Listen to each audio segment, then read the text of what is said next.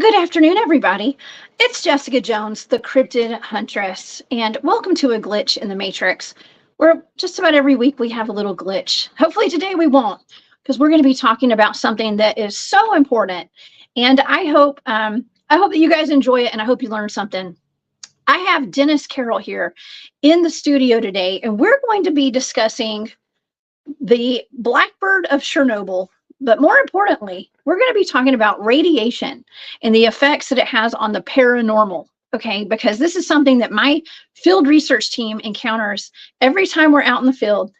We get little spikes of radiation every time we have something paranormal happen, from portals opening to UFOs in the vicinity to Sasquatch, to you name it. We're getting little spikes of radiation, sometimes big spikes of radiation out there. So what kind of effect is this having on us as researchers, and what's the deal with it? You know what I mean? So we're going to be talking about Chernobyl, Fukishima today, nuclear waste making mutants like the Ninja Turtles, and Godzilla and all that. It's going to be a really interesting ride. So let's not waste any time today. If you guys would like to follow along with my shows and everything that I'm doing, I have a website. That's the cryptidhuntress.com. You can find all of my shows there, all the events that I'll be at. I don't have a whole bunch on my calendar right now, other than the SOR fan party we got coming up. And I do have a conference I'm going to be speaking at. We haven't made a huge announcement on that yet, but that's in July in Florida. Okay, so yeah, go to my website. Also, please subscribe to my YouTube channel if you haven't already. I have a lot of new viewers, a lot of new subscribers right now, and I want to welcome everybody in. We're just one big crazy family over here, and we are just looking for the truth and having a good time doing it. So thank y'all for being here. Man, I have some great people in the chat already, and I want to thank y'all for being here. Okay, I have a shop that's called War Woman Goods on Etsy, and on my website you can find some merch and goods over there if you'd like to support what I'm doing. And also I have a Patreon. That's the Cryptid Huntress. Okay, well, let's get into the show today. Okay, I'm going to read a little outline of kind of what we're talking about, and then I'm going to introduce my co-host today, Dennis Carroll. In the days and months prior to the worst nuclear accident in history, employees at the Chernobyl Nuclear Plant say they saw a large black, headless creature with gigantic wings and red eyes flying around the plant. People working in and those around the power plant experienced a series of strange events that began after they saw the large bird-like creature with the glowing red eyes, including threats from KGB officers, nightmares, and mysterious phone calls where people would call and there'd be nobody on the other end. On April 26, 1986, Chernobyl's reactor number 4 exploded and then was on fire for over a week, releasing radioactive contaminants into the air at levels that permanently altered the environment. The city had to be evacuated, and unfortunately, a lot of lives were lost. They didn't evacuate soon enough. 134 emergency response workers were hospitalized with acute radiation syndrome, and 28 of them died within the following 3 months. Conducting field research, Dennis and I have both seen the scientific connection of the radiation to the paranormal. And today I have Dennis here with me.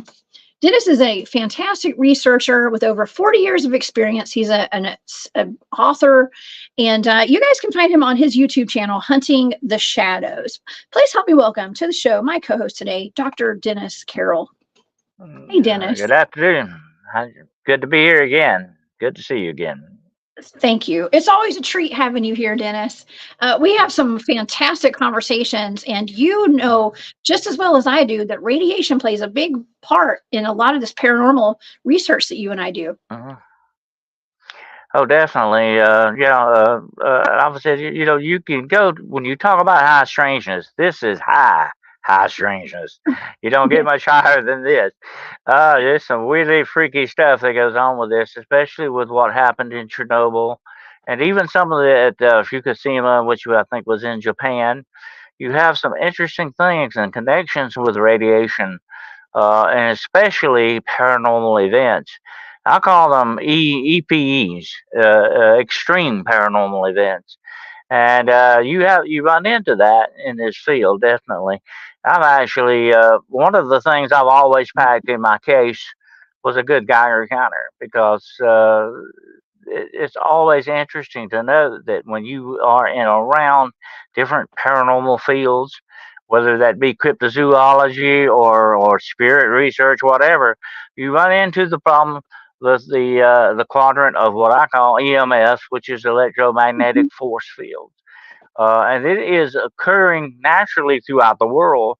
But what you're looking for are abnormal apparitions in these fields, and that's when you run into something like what happened at Chernobyl and places like that. You're going to the extraordinary extremes of this stuff. That's right. And a lot of people refer to the Blackbird of Chernobyl, and we're going to get into Uh-huh. this because it's an interesting cryptid. They refer to it as the Chernobyl Mothman, and it looks Yeah. like the Mothman actually, and it has the exact same characteristics. It has the exact same MO. Okay, as the Mothman, where it showed up right before a major disaster within the months leading up to it, and the day of or the day before, some of the employees at the reactor number 4, I believe, reported seeing a large black creature in the sky only hours actually before this Uh-huh. happened. And yeah, it's exactly the same as the Mothman at Point Pleasant. This entity, Jessica, or cryptid, whatever name you want to call it, is a portent of doom per se. Mhm. This thing has been supposedly seen at, well, before the Silver Bridge collapse in Port Pleasant. I've been there, and it is a very large span bridge. You got to realize that sometimes these things are, I think, harbingers of something that's going to happen. They're actually connected with this field of the paranormal that's all around us in our world. And sometimes I think these things show up whenever there's a great trauma or something about to happen.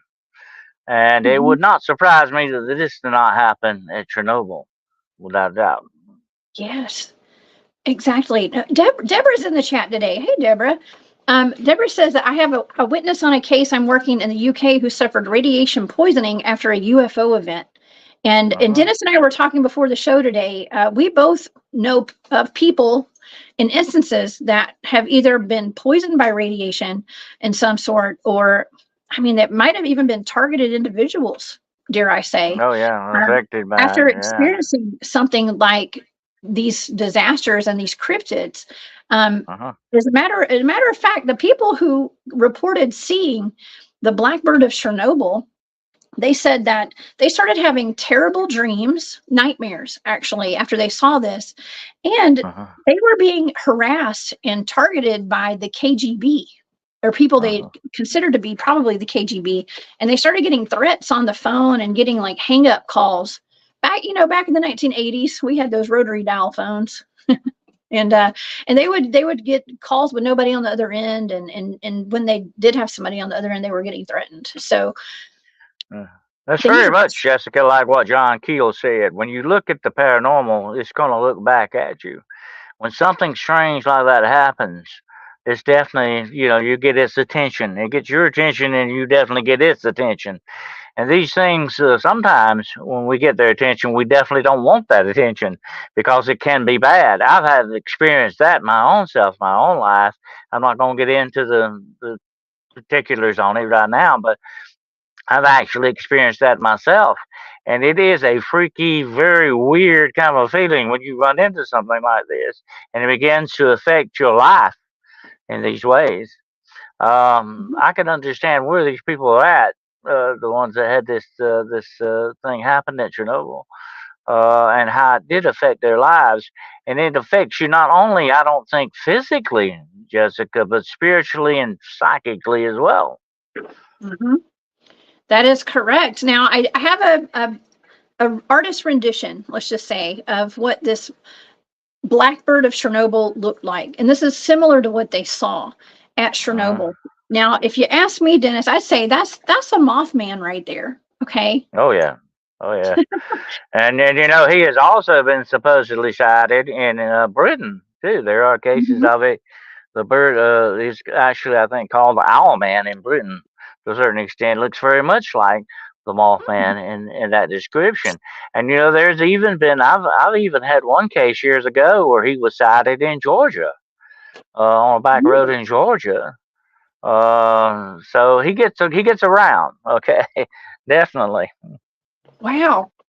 There were even oh, Enzo was in the chat today too. He said, were there sightings of this creature after the containment breach at Chernobyl? Yes, it happened. They were seeing it after the accident as well. So it was before, the months before, the day Right. of, and then afterwards, when the Mhm. cleanup crew was there, they actually encountered this thing flying over them again. Mhm, mhm. Like I said earlier, it's not like a portent of something that's going to happen, but yeah. And here's another aspect of that. Are these things attracted by perhaps the fact that, and we know that high levels of radiation, and then we're talking about very extreme high levels of radiation here, would actually warp space and time to a certain extent.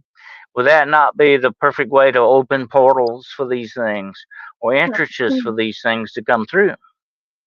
Well, Yeah, that's interesting you say that because some people say that there may have been experiments going on in a facility underground there where they were uh, actually working on teleportation experiments and time travel programs. uh, Okay, now yeah. that is just hearsay, but that is one of the theories that one of their devices, one of their, I don't know, teleportation devices Hmm. exploded. And that's what happened there. And there's all sorts of stuff going on underground there, or there used to be at least.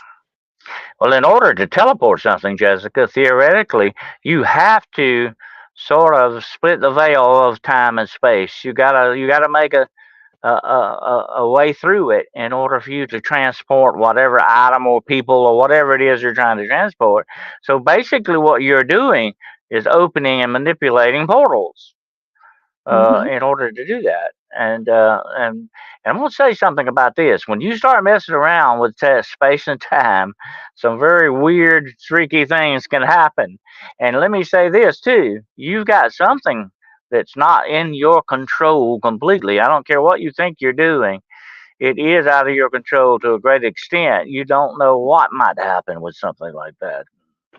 No, you don't. You don't know what's going to come in or go out of these portals, which is Ah, really, really dangerous. I mean, we all saw Stranger Things, not all of us, but they mm, just did a full show series on Netflix called Stranger Things, which is mhm, connected to a place that I went last year, which is Camp Hero, where they did the Montauk Project. And mhm. so there's all sorts of time traveling teleportation experiments going on there, mostly Yeah. pertaining to children and stuff too. Yeah, So like the there. very famous Philadelphia experiment. That was an interesting one too. You've got this going back to whenever you fool around with something like that, okay, and that includes these high levels of radiation. You're going to screw up nature in some way or another. You're going to mess up something if you're not careful. And like we talked about this earlier about the fear that mankind had back in the 1950s with the giant ants and crabs and all that are made from the high levels of radiation and all that. You're going to have some weird things happen whenever you start messing around with nature in that respect. Oh, well, let's just go ahead and skip to this real quick, just so we can kind of talk about this, because back in the 1950s, there was a Godzilla craze. Okay. The first movie Godzilla came out. I got to get my notes here because I didn't know a whole lot about Godzilla until I did my research just this morning, actually. I know it's terrible, y'all. But yeah, but back, I think it was around 2001, they actually had a movie where it wasn't just Godzilla, but they had the Mothra. Mothra, I think I'm saying that right. Yeah, Mothra, yeah. As part of it. And I was wondering, it was Godzilla, Mothra, and King Ghidorah, I think is how you pronounce that. Giant Monsters All Out Attack, 2001. This was maybe the fourth in the series of Godzilla movies. But that's and here's the interesting thing. Interesting thing about that, Jessica. These creatures are made of radiation. They look at Godzilla. He has that radiation fire breath, you know, kind of a thing coming out of it. Mothra had different things. Each one of these different things has a connection to these high levels of radiation, these apparitions of radiation. Okay, that's interesting. In 1954, Godzilla was a metaphor of the pain and destruction caused by the atomic bombs that were dropped on Nagasaki and Hiroshima during World War II. The Japanese, and then this was a Japanese film from 1954. It was explained that the monster was a prehistoric reptile who was mutated by radiation from a nuclear test conducted by the United States military. In the Pacific Ocean, a large amount of radiation absorbed by the reptile caused it to grow to be gigantic, and they named it Godzilla. It was because it had to do with the atomic bombs, okay, and nuclear bombs. So the bad thing about Godzilla, you get him mad, he could nuke you real quick. That was the way he was. So he's sort of a reflection, Jessica, of the power that mankind has unleashed with these kind of weapons and radiation and all this other stuff.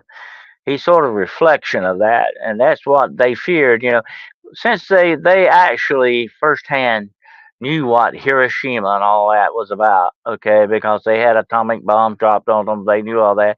That became sort of an ingrown psychic fear that they had about this radiation stuff, you know, especially nuclear weapon type stuff. And you can see where they're coming from with that and why there would be a fear there, because what you're doing is like you're transcending the very laws of the universe and nature itself. You don't know what's going to happen when you do that. Weird things are definitely on score for something like that. That's right. Well, it's pretty terrifying because we have potential wars looming at the moment in our society, and I feel like it's fear mongering to get people scared and to live in fear, because we're way more easily controlled when we're living in fear. I think there's a whole lot more to it than just it's a psychological thing. I think so. Yeah. Yeah. It's a psychological weapon, if you want to look at it that way. And definitely, all you got to do is rattle your nuclear saber a little bit, and you get people's attention. And they get to, oh no, we don't want to go that way. We don't want that to happen, you know.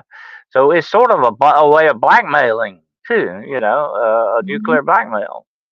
So there is still that power in the world that some of these people hold.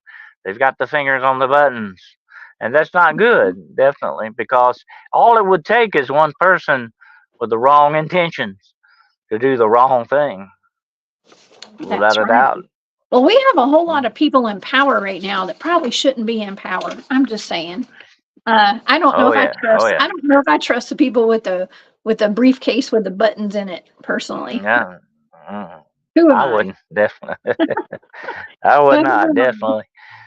Now, so we had another actual nuclear disaster recently. This was just a few years ago, back in 2011. Well, it seems more recent, but it's been since 2011 in Fukishima, in Japan, at that power plant, the nuclear plant.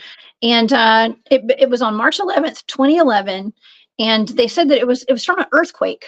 Okay, and a tsunami that knocked out the electrical grid and damaged all the power plant's backup energy sources. Okay, which is a real threat when it comes to these nuclear power plants. I actually have a friend who's on my team, my Bigfoot research team. His name's Don. He's in the chat sometimes here on my shows, and Don is a nuclear scientist, and he works at some of the different nuclear power plants here in the South. So He just showed me the other day that I think it was on his Facebook. He had a picture of him wearing his radiation suit, and he used to work. He had to go up underneath the nuclear generators to go do work and stuff, which is very yeah. dangerous, right? Very dangerous. Well, when I worked for the hospital, I worked for the hospital, the local hospital here for about 30 years. We had to train for nuclear disasters, actually, and so I'm familiar with the radiation suits and all that, and it is some wild stuff. And here's the thing about it: it's so interesting to me about radiation, Jessica. You can't see it. It's invisible. It's an invisible enemy. Although it can very badly affect you, it is still an unseen thing, and it sort of gives it more power over you in a way. You know what I mean?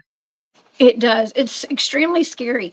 Even when we go to the doctor's office and we have to go get or the dentist, we have to go get like our mouth x-rayed. They put the little lead suit over us, like the apron, and the nurses and the dental assistants run into behind the wall and they hide, and then they hit the button, but they claim it's not terribly bad for you. Okay. But here's the thing. Let's connect this to the paranormal. Okay.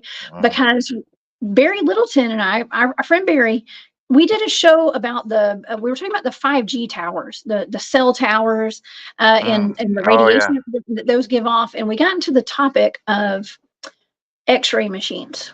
Okay. X-ray machines, MRI machines, and them actually producing like dark entities coming out of them. And nurses and people that work in these facilities where they're doing x-rays quite often, like in emergency rooms, they were saying that entities would come out of these machines. And I have a personal experience. I'm not going to get into details, but I think that someone that I know, let's just say, I think may have gotten some sort of like a possession getting in one of those one time. Okay. He was on a low vibe. Okay, let's just put it that way. But he could have gotten. There's some kind of connection to that. Now, is that the radiation allowing these entities to manifest? Is that what's going on, Dennis? What do you think? Well, Jessica, I've actually had cases, demonically speaking, where these so-called evil spirits, whatever name you will give them, have actually infested themselves into programs. I'm talking about computer programs, video games, stuff like that. I've actually seen cases where this is supposedly has happened. It's like the ghost in the machine kind of thing. Definitely, without a doubt, everything that mankind makes, whether it's the radiation things we're talking about, the bombs, the nuclear energy, or whether it's the machines and the technology we have, every bit of it is open and susceptible to outside bad forces, no matter what it is. And you got to look at it that way. And here's another thing about, we'll take Skinwalker Ranch, for instance. So many reports come out of that, of these portals and doorways opening and these things coming out. Why? Is that an intersection somewhere that these things have got to come through that way? Is this a naturally occurring thing? Or in extreme cases of high energy, do you open these things, and allow stuff like that to come through? Yeah. Well, some people want to open portals and open doors, and they get joy out of doing that, I guess. And it's interesting. But people like myself, I mean, I'll study them. My team has documented a portal out in the field, and there was a spike of radiation, and both the gentlemen that went into the portal, they didn't know they were going into it because they couldn't see it. But there was a definite environmental change. And when they came out, let's just say within a year, 2 years later, they were both very sick. We don't blame it on that, but we don't know for sure. One of them has passed away since then. He got a bad heart condition, and the other gentleman, he had an aggressive form of cancer that he's dealt with ever since. So, well, it makes perfect sense that if you get around that type of an energy field or do something like that, it's going to have some kind of adverse effect upon you, without a doubt. I mean, it's not a normal thing. It's a normal thing, this reaction happening to your body. You may have some kind of fallout from something like that. When I was doing an investigation on the lizard man in Bishopville, South Carolina, I went into the swamps with a Geiger counter. Now, you have normal background radiation, okay, throughout the world. That's not what I'm talking about here. I got some very strange radiation readings off of that. They should not have been there. And you have to wonder. And here's the interesting thing. I'm just going to make this quick connection. I talked to a guy in Bishopville about that, and he said, "This is what he said about the reptile man. This is what he said. They've dumped all kinds of stuff in that swamp. Who knows what's out there? Okay, so that makes you wonder. Sometimes those chemical things that they have put in our atmosphere, it's not just radiation. It could be chemical reactions with some other stuff like that. You got to wonder what's going on with that, you know? Right. That the lizard man of Skateboard Swamp, that's one of my favorites. That reptilian guy, Uh-huh. he could turn into a Godzilla. That would be interesting if he started off as a lizard and then Mm. got just like the Teenage Mutant Ninja Turtles, right? Yeah, I know it they're sounds sort of terrible. susceptible. Yeah, Godzilla and all them, the reptilians are sort of very susceptible to this stuff. Um, but you have to wonder. Here's an interesting thing with the connection. I won't go into that today, but the demonic connection with reptiles is very strong. So that doesn't surprise me when you get into that kind of section on it, that you're going to have that connection as well. But here's an interesting thing about it all, Jessica, to me and I remember the movie Prophecy and all that stuff. When you have these high levels happen, you make monsters, okay? And we're not talking Godzilla here. You're making you're man-made monsters, okay? You're really messing around with nature, and you're gonna have some weird things happen, and things that like that when they do happen, you're gonna have reactions off of it. And I'm talking about just physical reactions, but I think spiritual reactions as well. Yes, I agree with that. Now, speaking of physical reactions, this is really interesting. Okay, so we all know, we all hear that radiation will mutate humans, mutate whatever's in the environments. I mean, cities, towns have had to be evacuated. You really just can't go back there once there's like Chernobyl, for instance. You just can't go back there. This stuff stays in the soil forever. Okay, I mean Oh it yeah. eventually starts to disperse a little bit, but it's still there. It's just not very safe.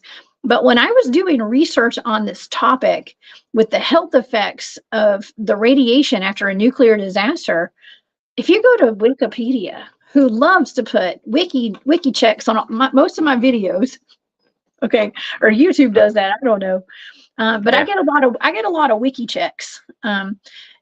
So yes, I do. I check them out. I got to see what they're talking about when they want to counter whatever I'm saying. But a lot of times when I was reading and doing my research, it was saying no adverse health effects. It literally says this: there are no adverse health effects among Fukushima residents or power station workers have been documented that are directly attributed to radiation exposure from the accident. Okay, so a I, lot of I, I the just don't. articles. I don't see how that could not be possible because high levels of radiation like that are going to affect even, I think, your very DNA makeup. When you think about that, you're talking about the very core of your existence, your being. I just don't see how that could not affect you. And here's one more thing I'm going to say this, and I've done tons and tons over the years of UFO sightings and case histories and eyewitness reports. And you would be surprised at how many times people who have had these incidents, I'm talking about close encounters, come away with radiation poisoning or some kind of effect on that, or burns or whatever the situation is. It happens more than you think. And so what you're dealing with here is something that's going to happen no matter what you think is going to happen. It's going to happen along a lot of different lines, not just so very obvious on one thing. But if it affects you and gives you burns, what else is it doing to you? Yeah, I wonder. Well, it could turn you into a mutant, I guess. Now, I don't have any, I didn't put any pictures on here of humans that had been mutated by radiation. Okay, I didn't, but I do have animals. Okay, and I think this is interesting to show because at places like Chernobyl and places like Fukushima, okay, and by the way, I don't think it's safe to eat any of the fish out of that water. Okay, at this point, I have a couple of these maps that show, you know, when that radiation, when that nuclear waste got into the water, that's Japan where the purple is.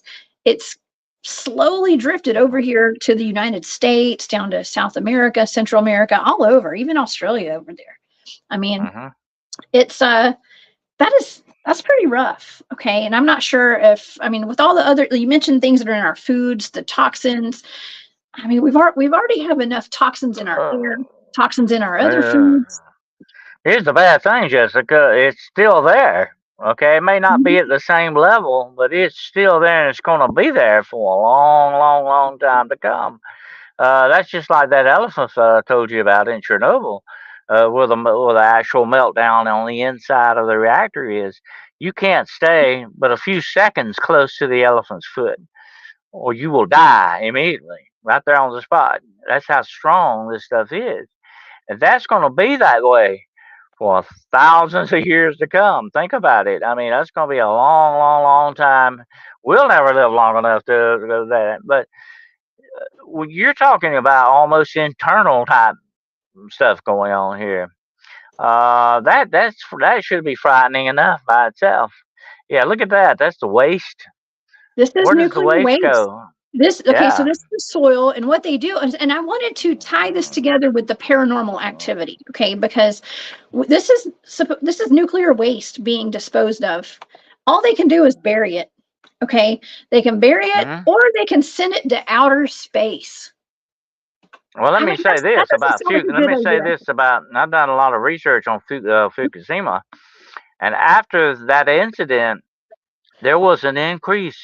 I mean, a large, dramatic increase in paranormal activity in Japan. I mean, people were seeing things, they were experiencing things on a level they never had before.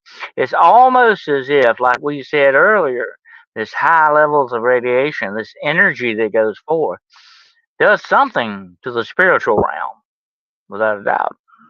Oh my gosh, it does. So we're seeing pictures of the nuclear waste being disposed of underground. It's sitting there being nuclear or whatever it is. I don't know. I'm no scientist. I don't know the wording. Okay.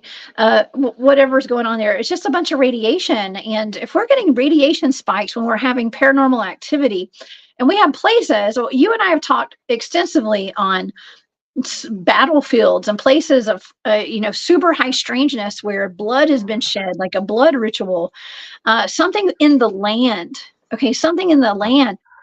I can't imagine what's going on in places where we have nuclear waste stored underground. I mean, there's a place in Alabama, not too far from where I live. I live in West Georgia and Northwest Georgia. And there's a place not too far from here. I can't remember if it's Ranburn or which town it is, but they're a nuclear waste burial site, I guess you can call it, where they store nuclear waste. And the high strangeness is off the charts over there. It leaves a footprint, Jessica. And like I said, something is definitely going on with it. Just like we talked about with the traumatic events that happen in bloodshed on battlefields, hospitals, morgues, places like that. You've kind of, I won't put it this way, you've kind of violated the laws of the universe, of Mother Nature. Whenever you do that, on whatever lines it may be, whether it's radiation, contamination, or whatever the situation, I think you open doorways that should best left be closed. But I think things will happen. Things are definitely going to happen in certain circumstances like that. Yeah. Well, Paramedic has an interesting comment. We nuked ourselves over 900 times during testing in Nevada. We still live here with a 500 times increase in cancer. Good grief. Oh yeah, look at all the movie stars that died. I think John Wayne was one of them. Several of them that were on the movie set, I think in Nevada, where some of that nuclear testing took place, that died because of that. And they say there is a very definite connection with that. So I mean, you don't know where you go now, where there would be safe. You could be in a hot spot and never know. I said that's the bad thing about radiation poisoning and sickness. You can't see it. It's almost like germ warfare in that respect. It's an Mhm. unseen enemy that can very badly affect you. Yeah. It can. And also, I was just thinking when I was tasked with a remote viewing target, it turned out to be Mel's Hole. Okay, and a lot of people may be familiar with Mel's Hole. A lot of people may not. It stems from a call-in that Coast to Coast AM had, Art Bell had on his Mhm. show with a guy named Mel who claimed to have a hole that had no ending, it had no bottom to it. And he had been dropping down fishing line with something on it. It was like 15 miles or something. Mm, And mm.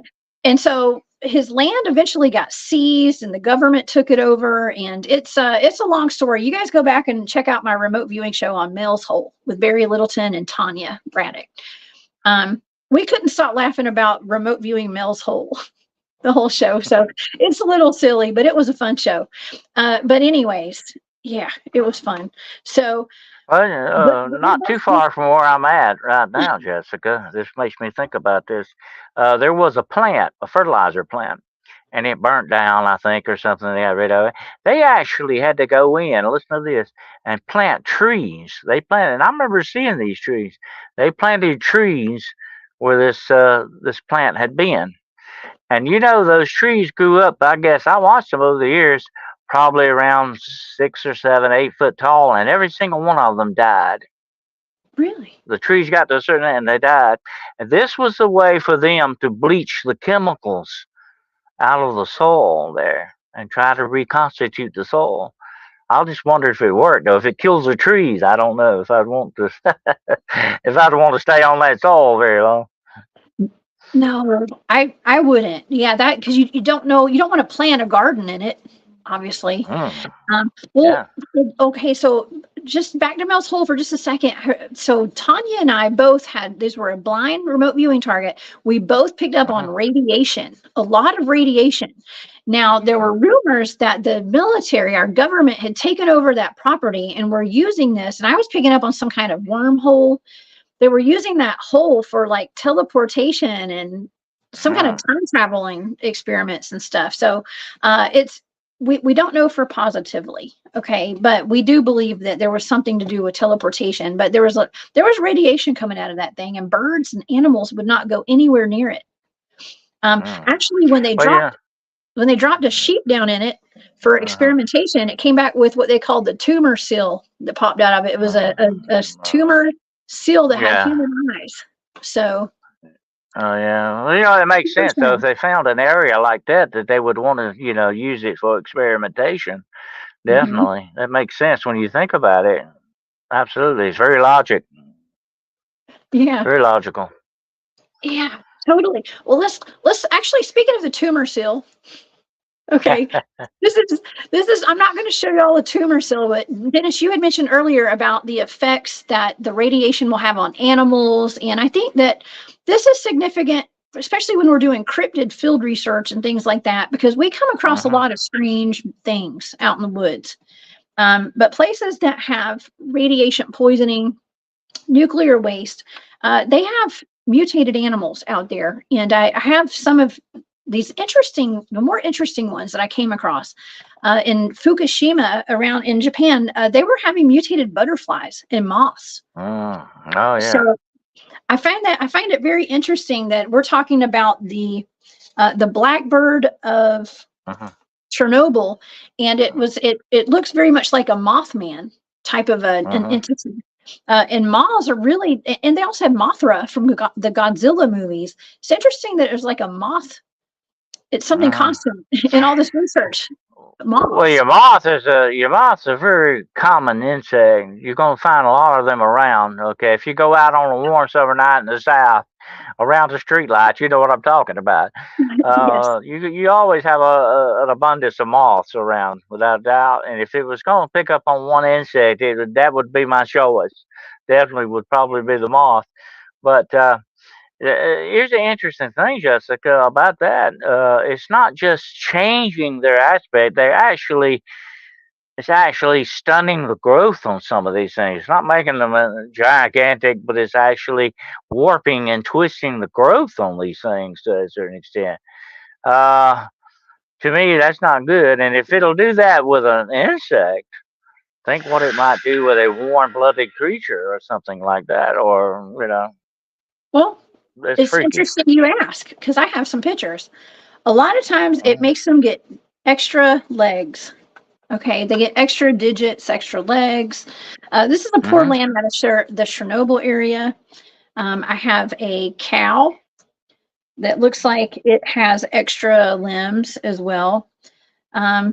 Here's another one. These are all out of the Chernobyl area, which is in the Ukraine today. Also, this looks like my cat. I had a cat that looked almost exactly like this, but with one face.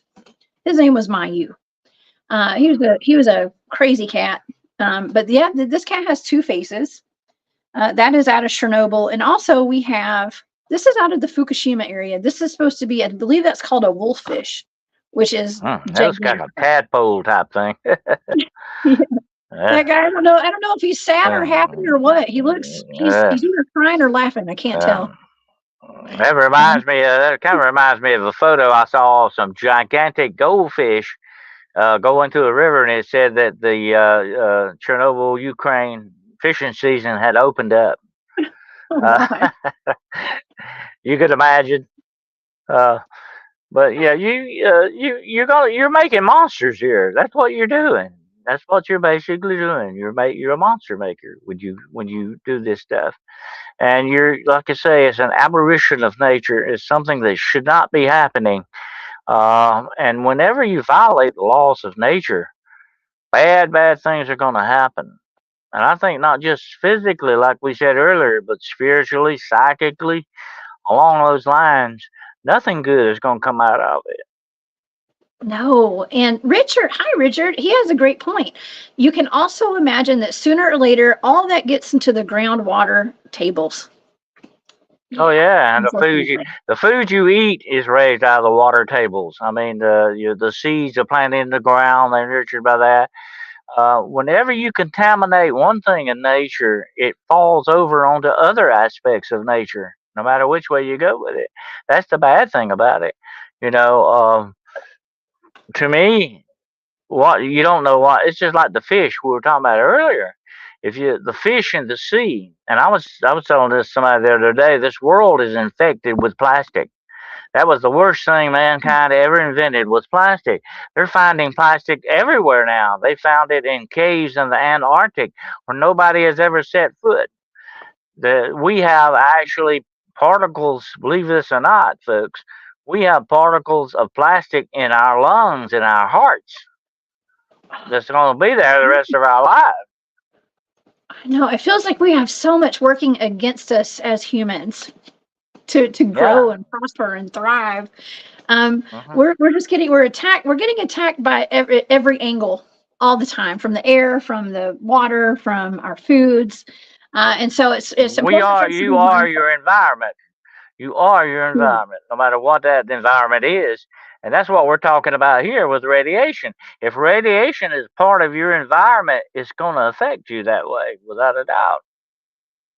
That's right. I mean, I even have pictures of tomatoes. That's supposed to be from the Chernobyl area right there. That's an Wow. interesting looking tomato.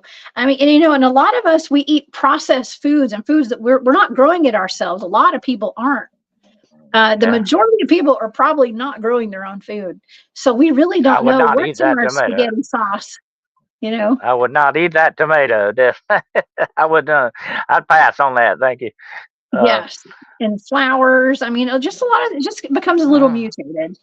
mm. Um, it's it's just something to think of and to think about, I Well, guess. Jessica, there were a lot of studies like that done about the fallout of Hiroshima and places like that in World War II.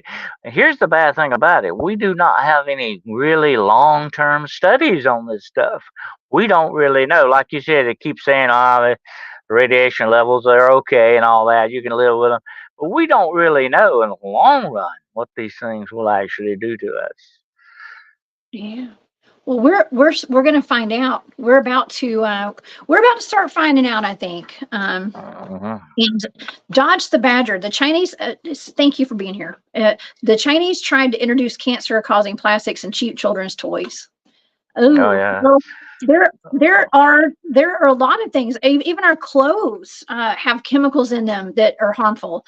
When we first buy them, Well, we need to wash them and stuff. You but know. this is something freaky to think about. The Chinese have been experimenting with rice, so that every third or fourth grain of rice is plastic. That way, they can expand their food sources. The plastic will go supposedly go through your body just like regular rice grains would, but they're plastic. Think That's about that a minute. We're crazy. eating plastic. Okay, it's not That's enough that the plastic has inundated us and is in our bodies and in our environment. Now they want to feed it to us. wow. Okay, that's wild. Yeah. Red Creek Mafia. Mike's in the chat today. What's up, Mike? He says they say the elephant foot in Chernobyl is just as radioactive as the sun. And I had to pull this comment up because I have done a remote viewing target of Earth's natural weaponized portals, and I ended up remote viewing the sun. Oh yeah. Not these blind targets. I don't know what they are. I don't know where I am, but I was on the sun, and it was actually the sun was a portal, so that Well, would make sense. that makes perfect sense to me, Jessica. The sun would be the perfect portal. Look at the extreme energy. That's what happens with portals. Okay, no matter which way you look at a portal, whether it's naturally occurring, man-made, whatever the situation is, you're gonna have to have extreme energy to do it. And the hydrogen energy of the sun would be the perfect portal when you think about it. Wow, that's right. And they see ships coming in and out of the sun pretty often. UFOs, you know what I mean? So it's something exciting. I mean, this is all super exciting to me. I love looking into these things, but it's fascinating. Absolutely. Paramedic has an interesting comment. Sequoia Point Nuclear Power Plant in Oklahoma was shut down after they started finding four-legged frogs downstream in the 1980s. This year, they just added another 100 feet of some chemical over it. Ooh, yeah, we got Mm. it. Yeah, radioactive frogs. And I'll tell you something else as a cryptid researcher. I've often wondered about, and you think about this too, how many cryptid sightings are along power lines? You know, the towers, the electrical towers that you see running through the countryside a lot. I just wonder how much cryptid activity could be connected with some of those areas as well. Because I was doing an investigation one time in someone's house with an EMF detector, and I was walking through the house, and the further I got to the far north wall of this house, the higher the EMF meter rose. And I look out the window, and there, right across the yard, is one of those big, huge electrical towers. So I told the people in that house, I said, if I were you, I would consider moving. I just don't think that would be good to sleep 24/7 mm-mm, around that kind of power. And who knows what it mm-mm. might be doing to you. Yeah, and also those towers and stuff. Any kind of anything that's emitting any kind of frequency, it's probably not the healthiest thing to be living around. So Barry's in the chat today too. Hey, Barry Littleton. He says when discussing Chernobyl and Fukushima, radiotrophic fungus should be definitely mentioned.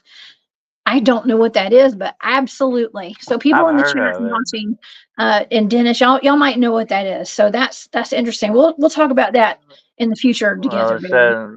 That's cool. supposedly a growth. It's a growth that's made from radiation. Actually, I think it was one of this, and it Mm, can sort of be an infective thing, like very much like a virus in some aspects. There's still a lot mm. of studies going on with that. Yeah, definitely freaky stuff. Yeah, that's it's pretty scary for sure. And thank you, Seeker of Truth. That's very sweet. Yeah, we're having we just really enjoy putting this information out there, and I swear I learn so much every time I have you on, Dennis, and we're able to really dive in to these topics right here. So um I don't know. I just think that there's so much radiation going on around us. I mean, we have radiation that comes off of our cell phones. Okay, and it Oh, makes you wonder. I mean, and it's just a tiny dose, right? Maybe even just a tiny dose might come off, and but they say that And affects our it look at affects the our organs. Wi-Fi. That's all around us. The 5G that's right now inundating you and I sitting here where we are with our computers and stuff and our phones on top of that. Constantly, day in, day out, we're being Right. subjected to very high levels of this stuff. And like I said earlier, there are no long term studies on what this stuff will do to you yet. Yeah. Not yet. Not yet. Well, what about okay? So if we have even a little spike of radiation on our cell phones and things that are coming out of our phones, what if entities can come in and out of our phones? I've heard about televisions being portals. Okay, televisions. Why wouldn't our phone be a portal?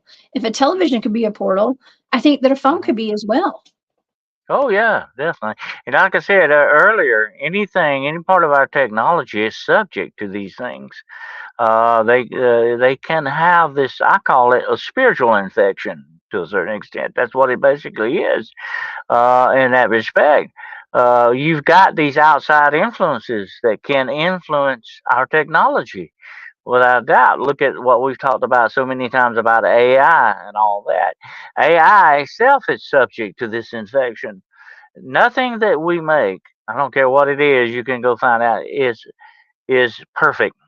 That's the bad thing about it. And this Mhm. imperfection of all the things that are imperfect that we make opens this door open to these kinds of influences, whatever they may be. Oh yeah.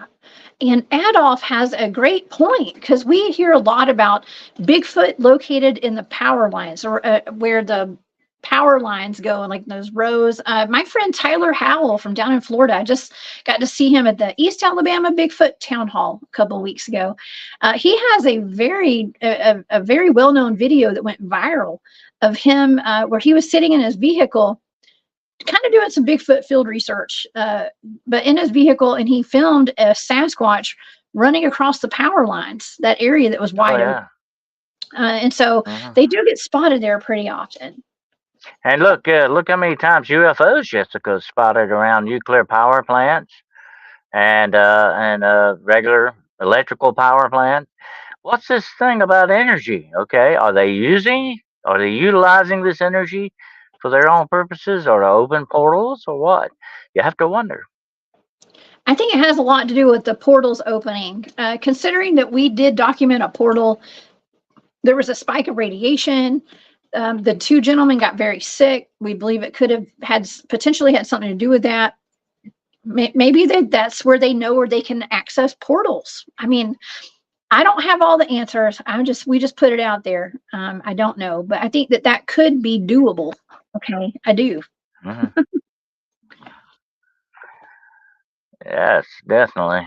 Power line stations can use leukemia if you live there. Oh yeah, there's been a tie in with leukemia to certain aspects of leukemia that are related to high electrical fields. There's a lot of study on that, and like Barry said earlier about that fungus, it's mutating. It's a mutation, and that's very much like this virus we all had a lot to deal with here recently. It mutates. Viruses mutate. That's what they do. That's how they survive and stay alive. And when you combine that with the influence of radiation on that mutation, you got some really freaky stuff going on. Yeah, absolutely.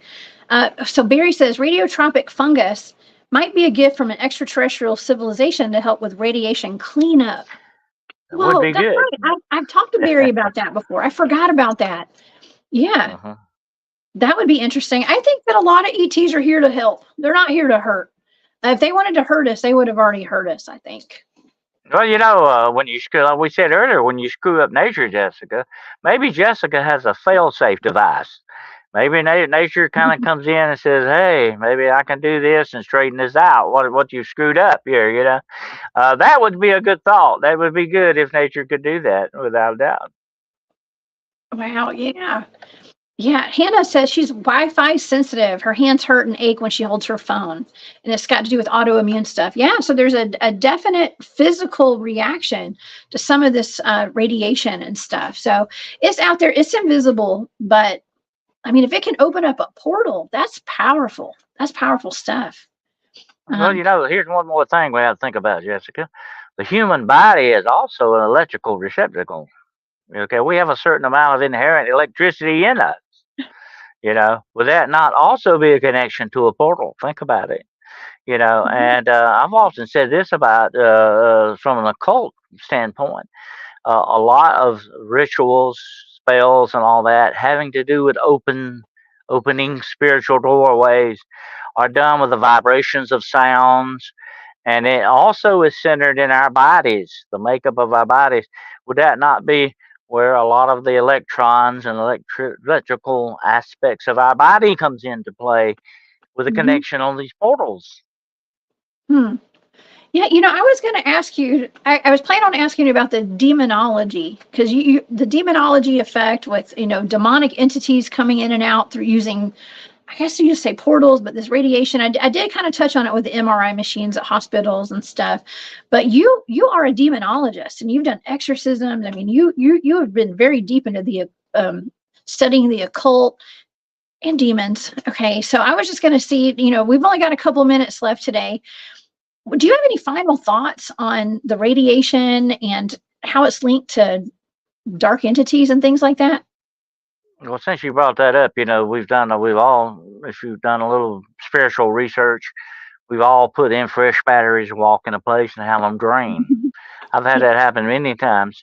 These entities, whether they're demonic, whatever name you want to give them, they are drawing energy. They are using energy. They're feeding on energy, whether it be psychic energy or physical energy, whatever the situation may be. And to me, that's a very interesting aspect of all of this.